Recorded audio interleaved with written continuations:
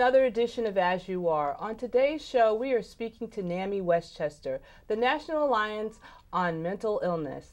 My guests tonight are Sharon McCarthy, NAMI Westchester Program Director, family-to-family teacher and parent; Neva Donez, a NAMI basic teacher and parent; and Annalisa Vincenzo, in our own voice presenter and co-facilitator for NAMI Connection and Healthy Living Program. This is part 2 of our show on NAMI. Welcome, ladies. Welcome. Hi. And tonight we're going to talk about mental illness and family. My first question, I'll start with you, Sharon. When was your child diagnosed? She was diagnosed with depression at 14 and then re-diagnosed at the age of 19 with bipolar. Okay. And you? She was diagnosed at the age of 14, and it was with depression, and she self-harmed. Okay. And when were you diagnosed? I was diagnosed at about 15 years old, even though I felt like I experienced my first psychiatric symptoms much younger, about 5 or 6. And as the parent, I'll start with you, Sharon. What was your reaction when your child was first diagnosed? Well, it was shocking. It was not something we expected at all. Since then, we have found that there was probably mental illness in our family. So they do say it's hereditary to a certain extent. And then just once you get that diagnosis, your big thing is to how do we help? How do we get this under control? You know, you learn that it's a chronic illness, a lifetime illness. That's something she's going to have to live with forever. But it was a very long journey because as an adolescent, she was diagnosed as depressed, which wasn't the real diagnosis. But unfortunately, when they're adolescents, it's very hard for them to get a true diagnosis. Why is that? Did they because say they why have that to is? take the information from the patient and family, and hopefully from that information they can get the diagnosis. And as you know, most adolescents are not going to open up to most people. So that is probably why at the age of 19, when she got reevaluated, she was much more open about her whole past and what had happened, and that's why they could come up with the correct. Now, you spoke about heredity, and how did you find out that other people in the family had mental illness when people usually don't talk about it? Once we were telling people what she had, that she had been diagnosed, I was finding out from other family members, oh yes, there was this aunt who, you know, was diagnosed, or, you know, another aunt who I found out was institutionalized in her 40s for mental illness. So that's how I began to find that on my side of the family there was, and then on my husband's we also found some. So people started talking about it, but you're right, when I was growing up, nobody mentioned that, nobody. They also say that if there's alcoholism in your family, that could be also a sign of mental illness because people self-medicate. So if you have that as part of it, that could be a sign of mental illness. You know, not everybody who gets mental illness, it's hereditary, but it's been shown that usually it is. Okay, and Nivea, what was your first reaction? How did you feel, and what was the reaction? Because your daughter has sisters. Correct. I was in shock. I didn't know where or who to turn to because, like Sharon mentioned, no one spoke about mental illness when I was growing up, or we never knew who had one, if anyone did have one. And even when I started asking around, oh, not in our family, maybe in his family, oh, not in his family. So it's, you know, no one wants to admit or talk about, you know, having someone in the family with a mental illness. So that was a problem to the extent where when we finally got her diagnosed and went to a psychiatrist, they want to know past history, you know, who had it, how close, you know, a close of kin had it. I guess just for their own research purposes, and so it was a little difficult, but not that it's major to know that. The main thing is that they get diagnosed, or, you know, they get a good doctor to do some psychological testing or just questioning and finding out. And how did her sisters react to that? They also were very shocked because the fact that she did cut also. We had a dog in the house, so and they weren't deep cuts. It was just like very superficial. So whenever we did, you know, see any cuts on her, it was like, oh, where did you get that? And they were, oh, the dog scratched me, or I got scratched, you know, on the edge of the table, and it all seemed, you know, it all panned out in the sense that they weren't deep cuts. It was just like, you know, a top scratch. So we didn't think anything of it. And she did, at the time, sleep with one of her sisters, so she took it hardest because she was like, I should have known, maybe if I paid attention. So I did get therapy going for them also, only because it wasn't their fault. It's not your fault. It's not even the person's fault, because who wants to hurt themselves? So when was that moment that you noticed? I mean, it sounds like what she said was legitimate. Right, correct. When was the moment that you said, wait, something's wrong? Well, she actually asked us to speak to someone other than family members. And so when I questioned further, she wanted to speak to a professional, a psychologist, psychiatrist, which I did get a therapist for her to talk to. And by the second visit, that's when the therapist actually told her to tell me what was going on, which at that point was very difficult for her to tell me, because obviously she felt ashamed and she didn't want to hurt, you know, anyone's feelings. And but meanwhile, she had been walking around with this big elephant on her back. And you know, and when she told me, I went into proactive mode instead of reactive mode, and just said, okay, what do I need to do? Who do I have to see? Where do I have to take this child? And so forth and so on. You should also be aware that with cutting, my daughter was a cutter, but she cut where we couldn't see. Correct. That's how we didn't know. So yeah, and how do you do that when you have adolescents like privacy? Yeah, right. So like you know they're in the room with the door closed. Exactly. So that didn't come out until she went to the hospital and she was getting evaluated, and it came out that they saw the cuttings. So what do you think? It sounds to me like, well, and she also has a brother, an older brother, who when she was diagnosed, when this all happened, it was hard on him. He had a lot of guilt because he was close to her, knew a lot of things that were going on, but protected her privacy. That's what he kept saying to us. And you know, we had to get him to realize that there was nothing for him to be guilty about. That it was good that he was there for his sister, and that respecting her privacy was important. It's not always shame. It's also, you know, protection. Yeah. So when does a person know, okay, I can't protect her anymore, I have to encourage her to, some people think that they can encourage them to do the right thing, you know, encourage them to get help, but sometimes you just can't. Well, in my daughter's case too, she had close friends at school that knew she was cutting. Not necessarily knew that she was depressed, because I don't even think she knew she was depressed. She really didn't know what was going on. But they wanted to keep it a secret because they didn't want to feel like they failed her as a friend. And when I found out, I told them, I says, you're actually not helping her by not saying something. I'm not blaming you, because you shouldn't be blaming anyone anyway for this. You know, she's responsible for her own actions.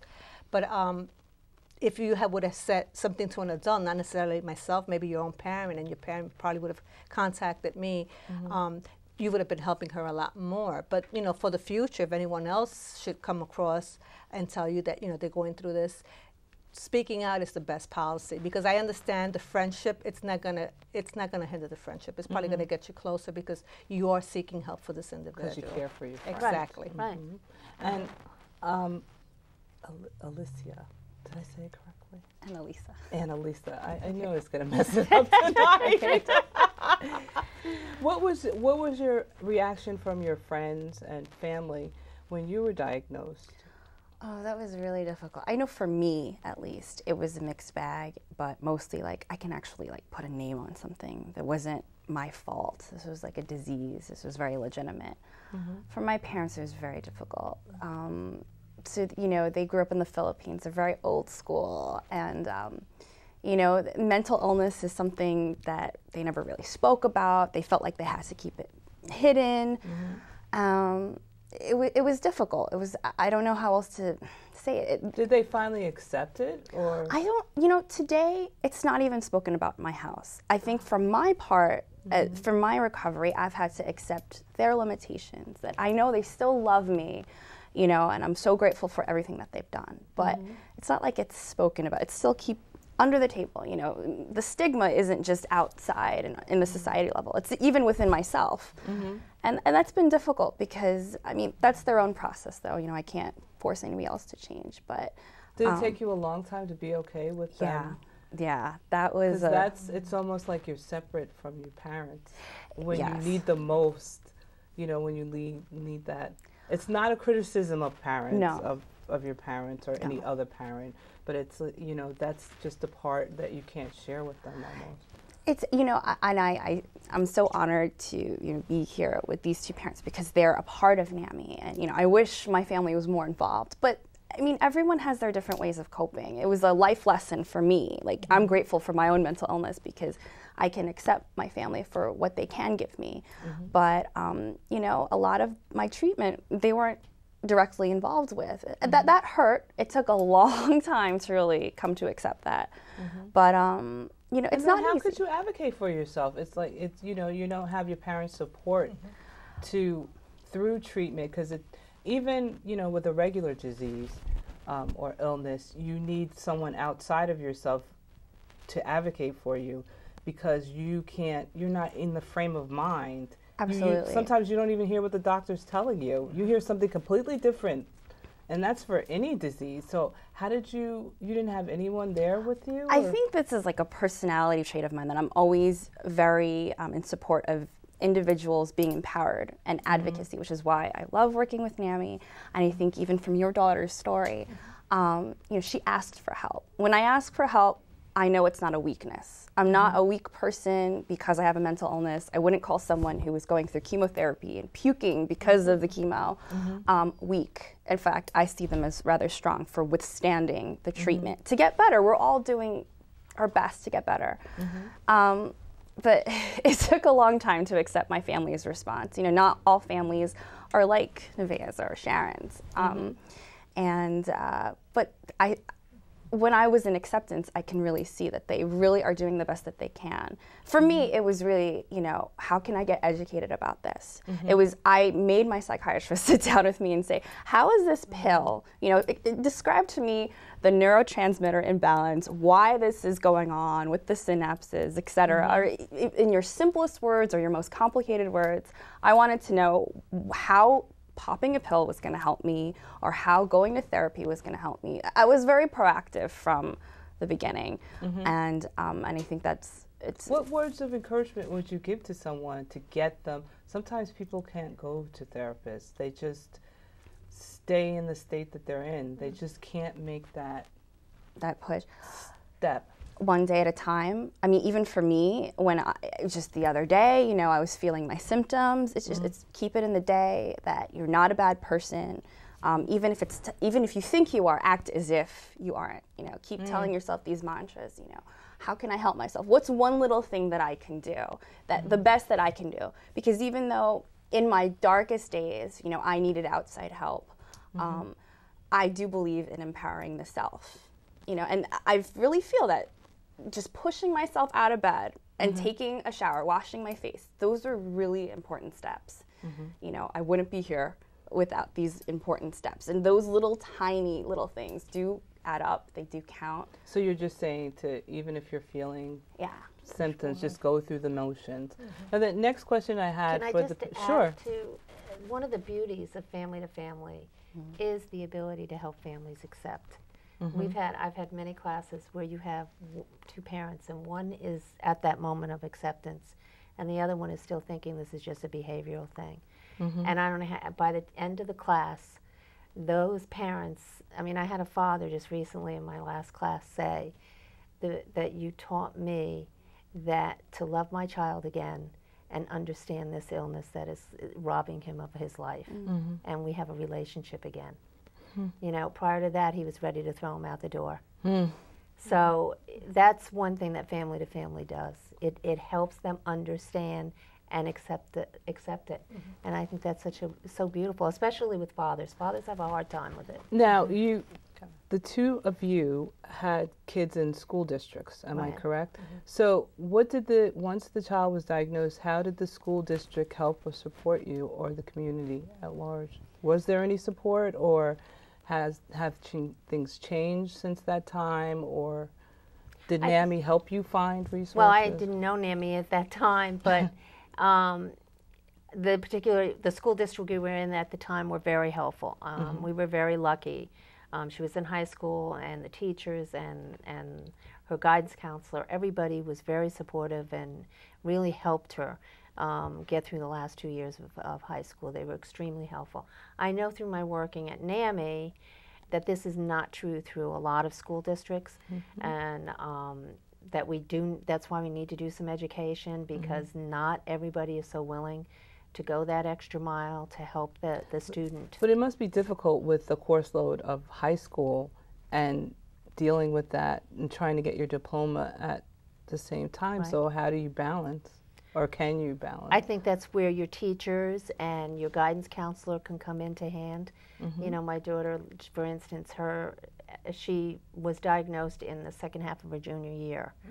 And that's really tough. It is, but she had taken the Regents already for English, and her high school Regents teacher basically came to her and said, in her junior year, you finished. You aced the Regents, you're finished for the rest of the year. You can come to class, you don't have to come to class. Concentrate on the other courses that you have to pass right now.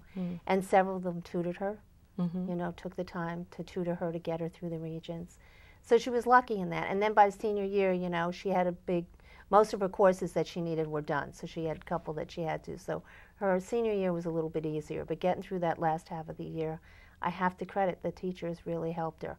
They really... So they're an important part. That was the same situation with us. They can make it or break it. I would speak to each counselor, because each year she had a different counselor. So I would speak to each counselor and let them know. Because as far as school records are concerned, she's a regular kid in school. They don't know that she has a mental illness or anything like that, but I made a point to speak to the counselors, and if she had a tough time in any of the classes, I would speak to that teacher as well and let them be aware of her situation. I gave them my cell phone number, my email addresses, to make sure that if anything happened or if they had any concern, you know, to definitely reach out to me. And I have to say, they all were pretty, you know, compliant in that, and they didn't have any issues with them. Yeah, and if they're there to help. I mean, my daughter had a guidance counselor in her junior year who was terrific, and unfortunately he moved to a different job. And he was nice enough to call me and say, you know, I am leaving the district, but we've made a point of picking the correct guidance counselor, and I was involved in that choice for your daughter. And I know this person's going to be terrific, and I want you to just know we're still watching out for her. And they were right. Then she was just as good. Now, a lot of your literature, you talk about recovery. Right. What does that mean in terms of mental illness? It's when you're stabilized enough so that you can live your life pretty fulfilling. You're medicated compliant and you're in treatment, and hopefully you can go back to school or get a job, and you know, but knowing that you could have relapses and that you will deal with those relapses. But recovery is, that you can go on, that you will have a life now. Now, you spoke about jobs, and I think that's an important topic to bring up. What is NAMI's stand, or have you ever had to deal with whether to tell an employer or not to tell an employer? Because it's my understanding, if you, correct me if I'm wrong, if you tell an employer that you have a mental illness, then you're covered under the law. But if you don't, then essentially you're not. Yeah, it's pretty much treated like any other illness. If you're not upfront and something happens, they can basically say you weren't completely honest when you took the job. In talking to various speakers that we've had, they say you have to feel the situation out and see if you should say anything or not, or wait until you get into the job and then maybe go to your supervisor and explain, you know, so that they will understand if you have to miss a day of work or whatever.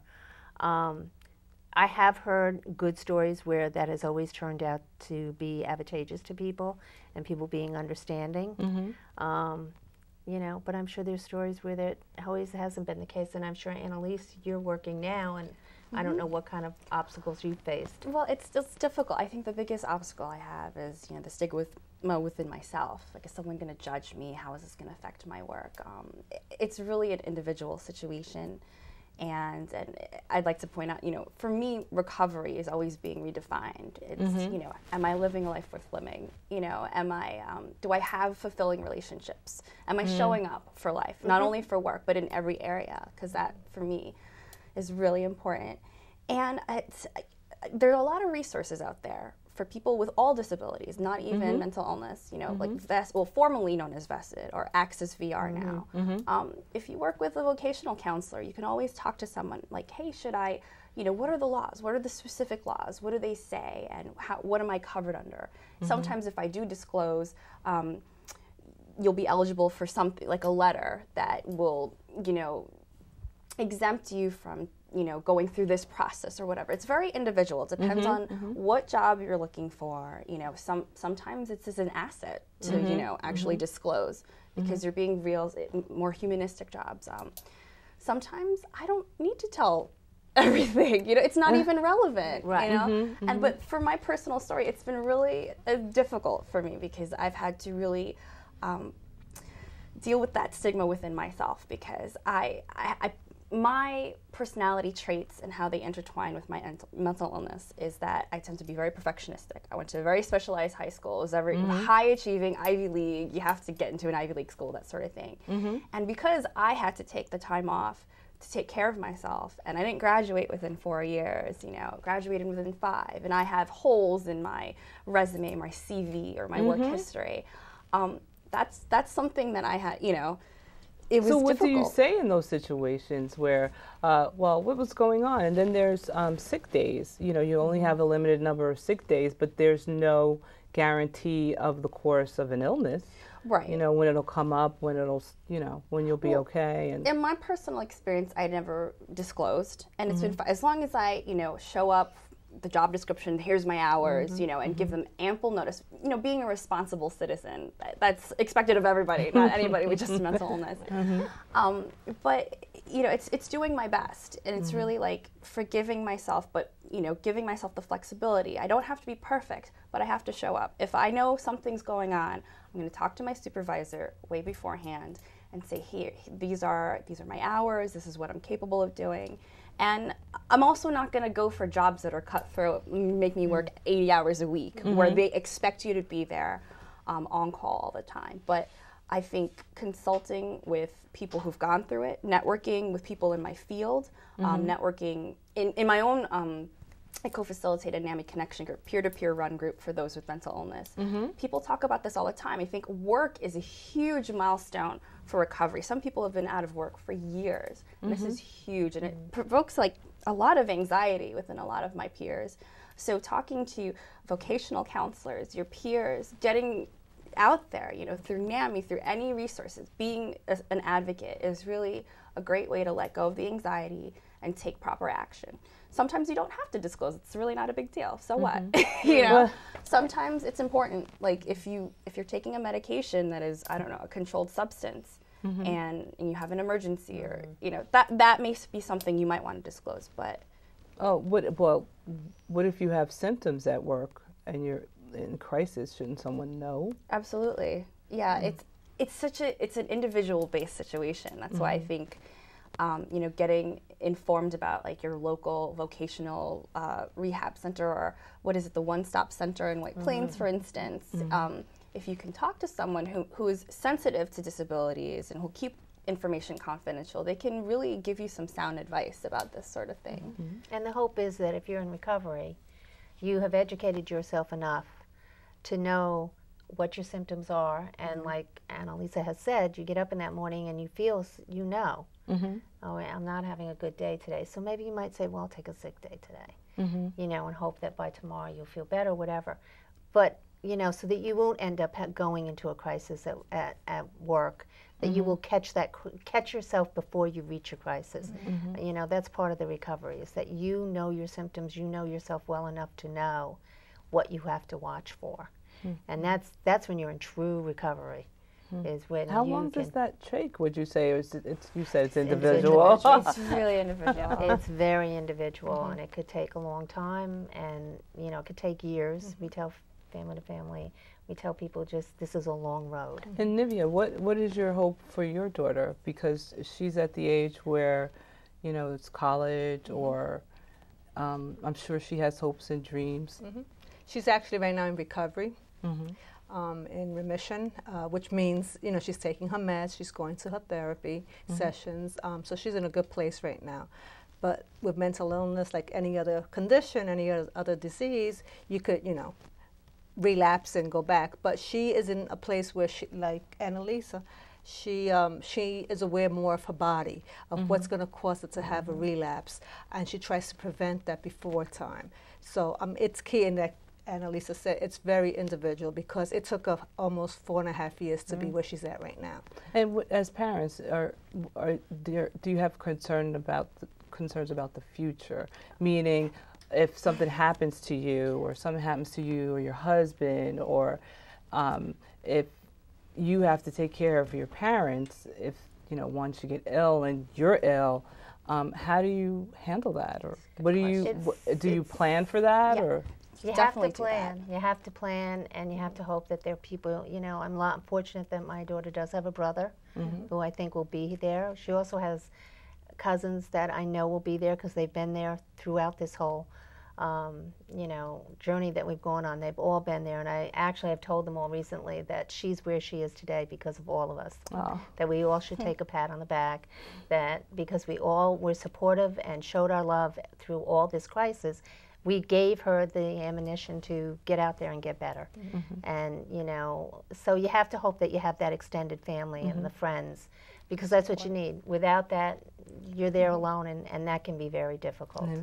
I also talk a lot to my daughter because she's at that age, you know, where she's going to be turning 18 very soon, so she's going to be considered an adult. So I, as a parent, will have to step back, and she knows that, and she's waiting for that. But I tell her, the key for her is to be aware, to educate herself, and so she could be empowered so that she will be able to do for herself, even in the worst of times, but also know that she has family and friends that are supporting her and are helping her. Well, I'm going to have to wrap it up. If you could tell me in 5 seconds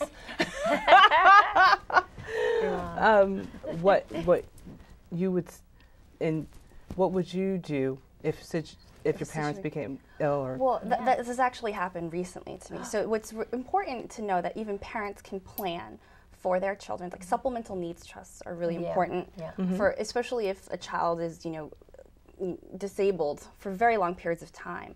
So if they inherit lots of money, they would still get the benefits if, for instance, they were receiving benefits from the state or the federal government. This is all on the NAMI website. Okay.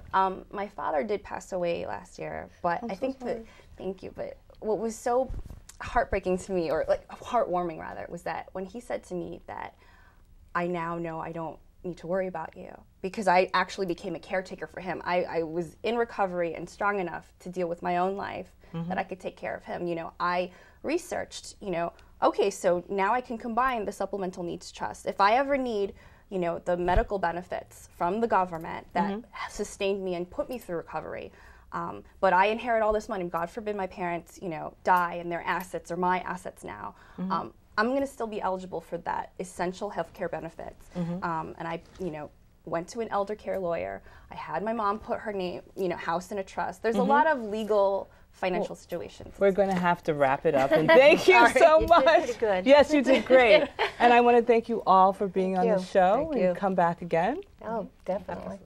And good night. Thank you.